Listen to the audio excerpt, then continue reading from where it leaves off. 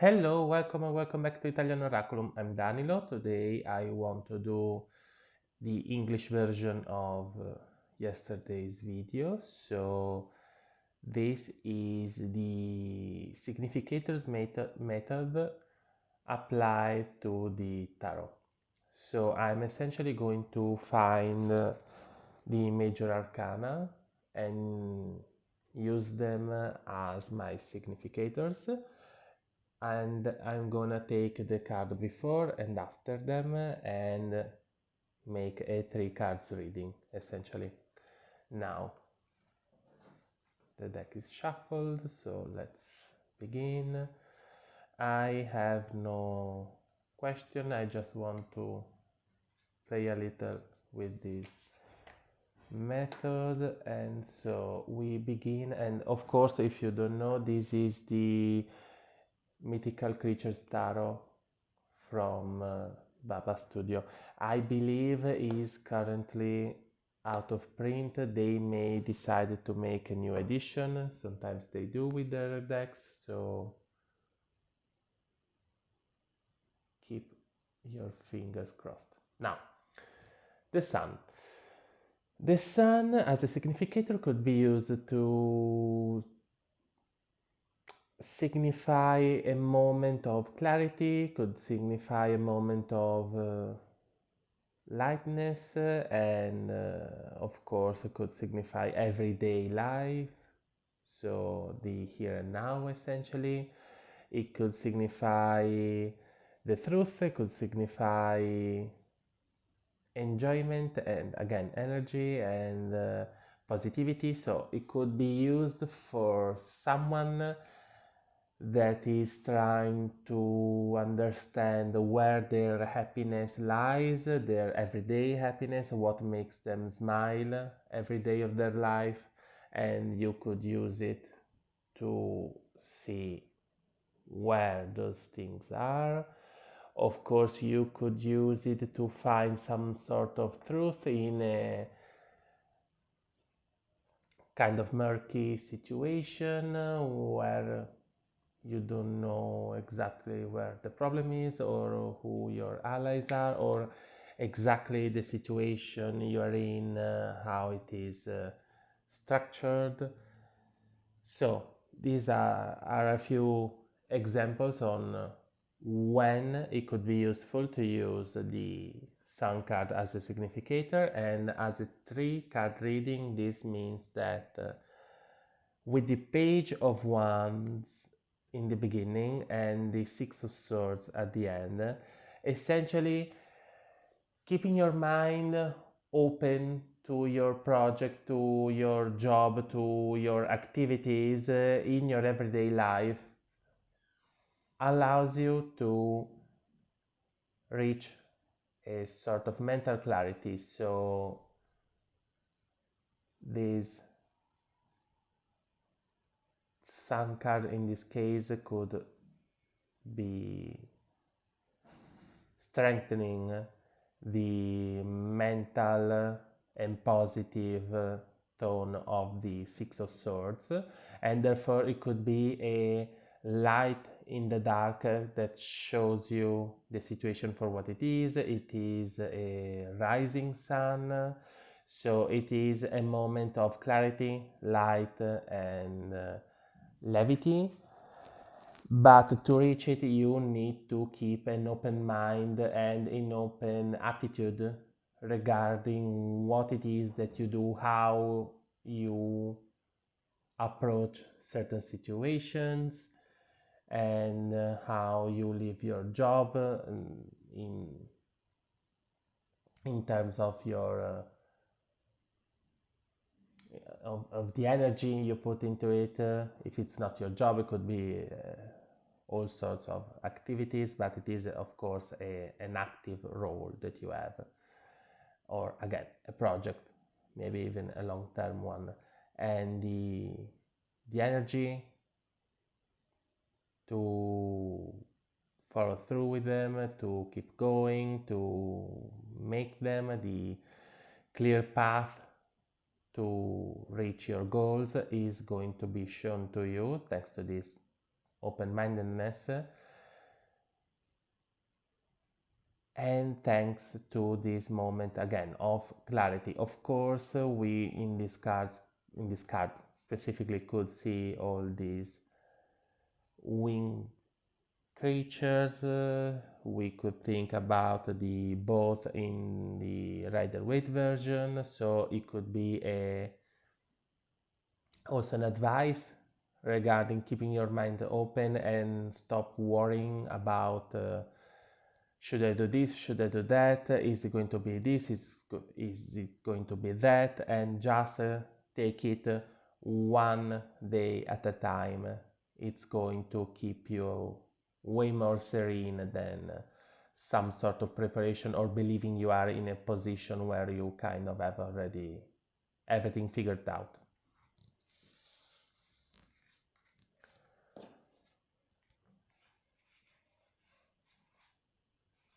The moon.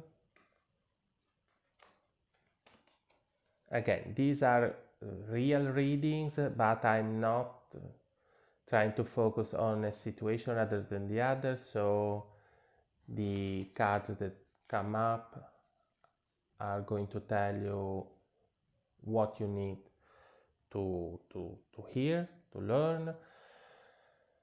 So we have the moon. Now, the moon could be used in, again, a moment of doubt to see what it is in our mind, both good and bad, both dreams and nightmares, and therefore what it is of our feelings and our thoughts, that it is just a mere fantasy, whether it is a positive or a negative one, but it could also allow us to find essentially the truth, because there is a path even in this clearly alternative card. Now, I'm not focusing on the mythical creatures themselves because it is already a kind of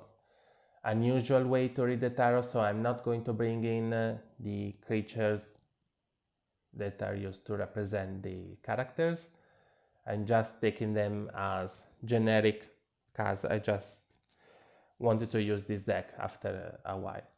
So there is a path in the moon. There is a truth between the fear and the hope. And usually it is an inner truth. It is an inner sort of traveling. Now, this means that as a significator, the moon could also be used to understand what is the path we should, which is the path we should follow, more in, again, a personal growth situation rather than maybe a strictly practical one, or maybe in a relationship. Of course, the moon also, with its cyclical nature, is connected to the passage of time and what we are living in the past, what we are embracing in the future. So it could also be used as a card for a simple past, present, future, after maybe having used other significators for more specific cards, or maybe as the first reading, so that you can kind of pair it with something more focused on a relationship or a choice or work or whatever. Now, with the Queen of Coins and the Ten of Coins at the end, we see a character in the Queen which is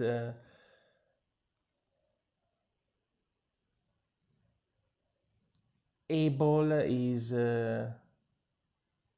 creative, is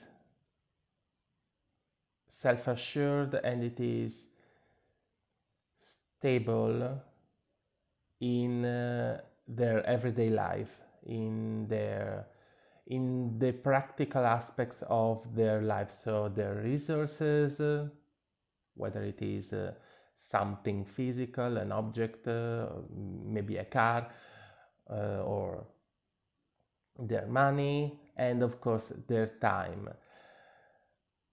Now, being a queen, the way I read the queens and kind of differentiate them from the kings, they are managers of some kind, so they are not, strictly speaking, doers that find who can kind of reach those specific goals that they are incapable of, but kind of make their own path and go on their own, like the kings do. They kind of make sure that everyone does their own job, so they kind of the leader of the group can stay on top of their game. Now, this could easily be speaking about a job situation, but it could also mean life in general. So, for whoever is watching the video, those situations in your life where you cover this sort of role, I am master of my time and I get to choose how to share it and with whom to share it, again, whether it is a job situation or not. Your hopes and dreams and nightmares and your thoughts and your inner world is going to lead you to a moment of completion from which you can then choose to move on and start a new project, start a new something. So essentially, as a reading, this kind of puts together our everyday practical material life and our inner world, our thoughts, our emotions, and essentially being able to address the various situations, be able to take in account everything and everyone in our everyday life, and being able to master our time and our essentially ability to organize our days are going to lead us to a stabilized situation from which we can make the necessary changes to keep growing essentially. But to do it, we have to be led by our own mind and our own heart. So this very practical, very everyday life shouldn't become an actual routine. We should remain aware and remember, and we should take in consideration other people's needs, of course. Now, that being said, it could also mean that your thoughts regarding, okay, I'm done, I'm at the top of my game, I can relax now, is not going to be awfully long lived, because life is not stable. We have to change. So this idea you may have of I am at the top of my game is actually just a phase that is going to be exchanged for another. So keep your mind open. Remember, always remember in your life those moments where you thought you had everything figured out and then something changed it, or someone threw you a curveball and you had to kind of reorganize and see how to proceed.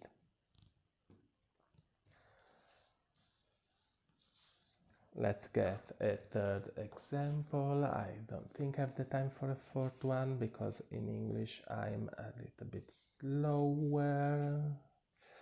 We have the Hermit, the Five of Cups, and the Six of Coins.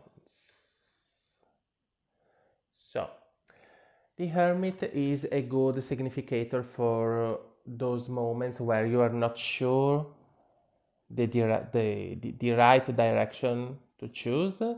You're not sure how to move forward from where you are. You're not sure what to do with the results you have obtained and how to make use of them in a positive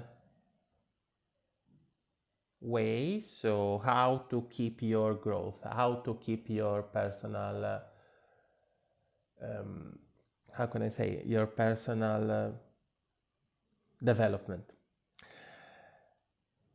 And of course, as I said, how to take a moment for yourself and kind of reorient yourself in life.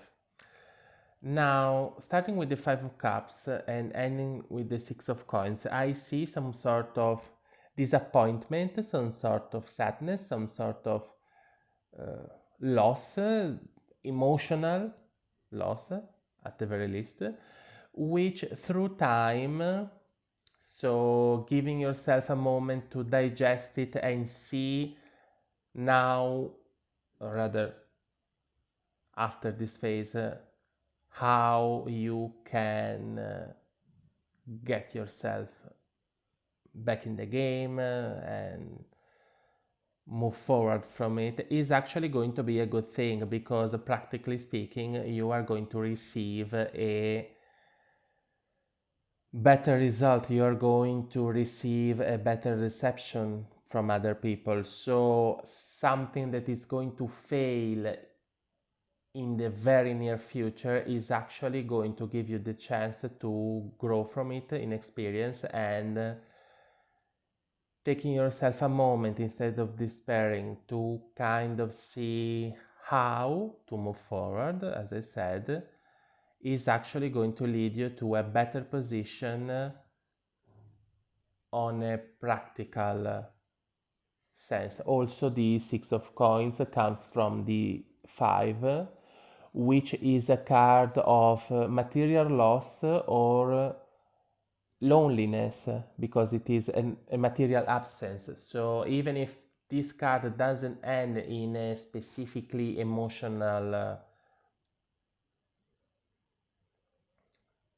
way, portion of life, it could also mean finding someone that it is better for you, whether it is a relationship sort of question yours, or whether it is a more job oriented or everyday life, finding someone that is more your sort of person, someone that is going to be truly useful. Or it could also be reorganizing with the same person, so even a coming back together in a moment that is better for both of you, or all of you if it is maybe a job situation and it's more than you and another person. Now I wanna try make a fourth one.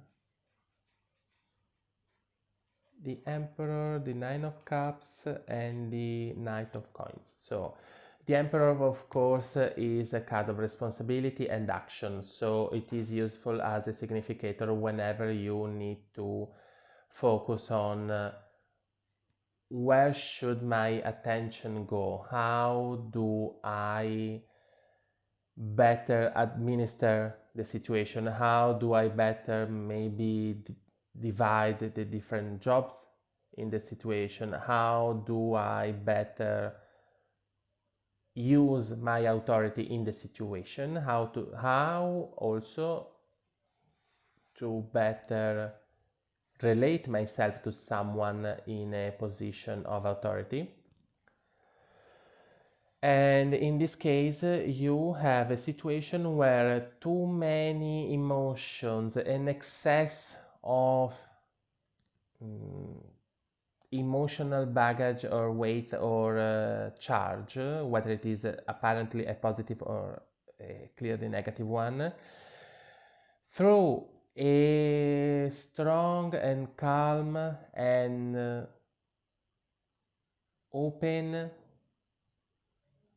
sort of guide and administration and guidance is going to lead to a position of new experiences and growth in the everyday life again, or still in a practical sense. Now the Knight of Coins is usually the slowest, sorry, of the four, but it is the most stable, so every step forward is a sure thing. It's something that is going to, again, stabilized and be something that is actually reached in terms of goals. It's not something that maybe is going to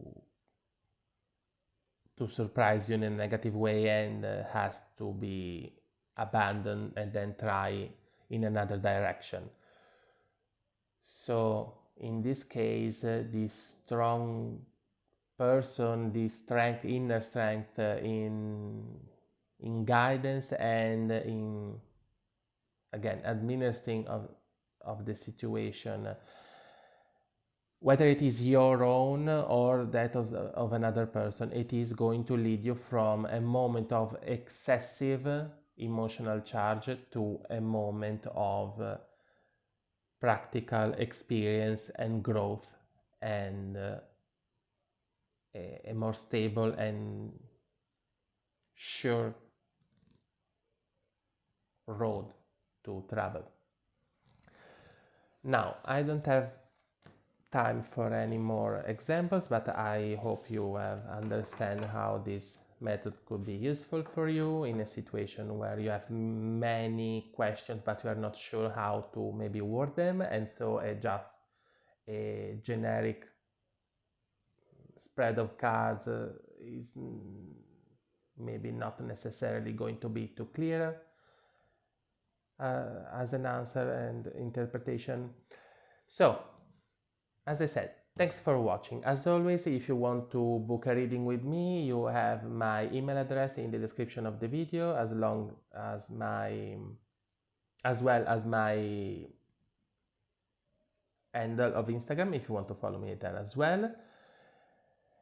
As always, subscription to the channel, comments and likes are just a way for you to allow me to keep going and maybe one day reach the monetization requirements, or still let me know there is someone that enjoys what I have to say and show. See you next time. Bye.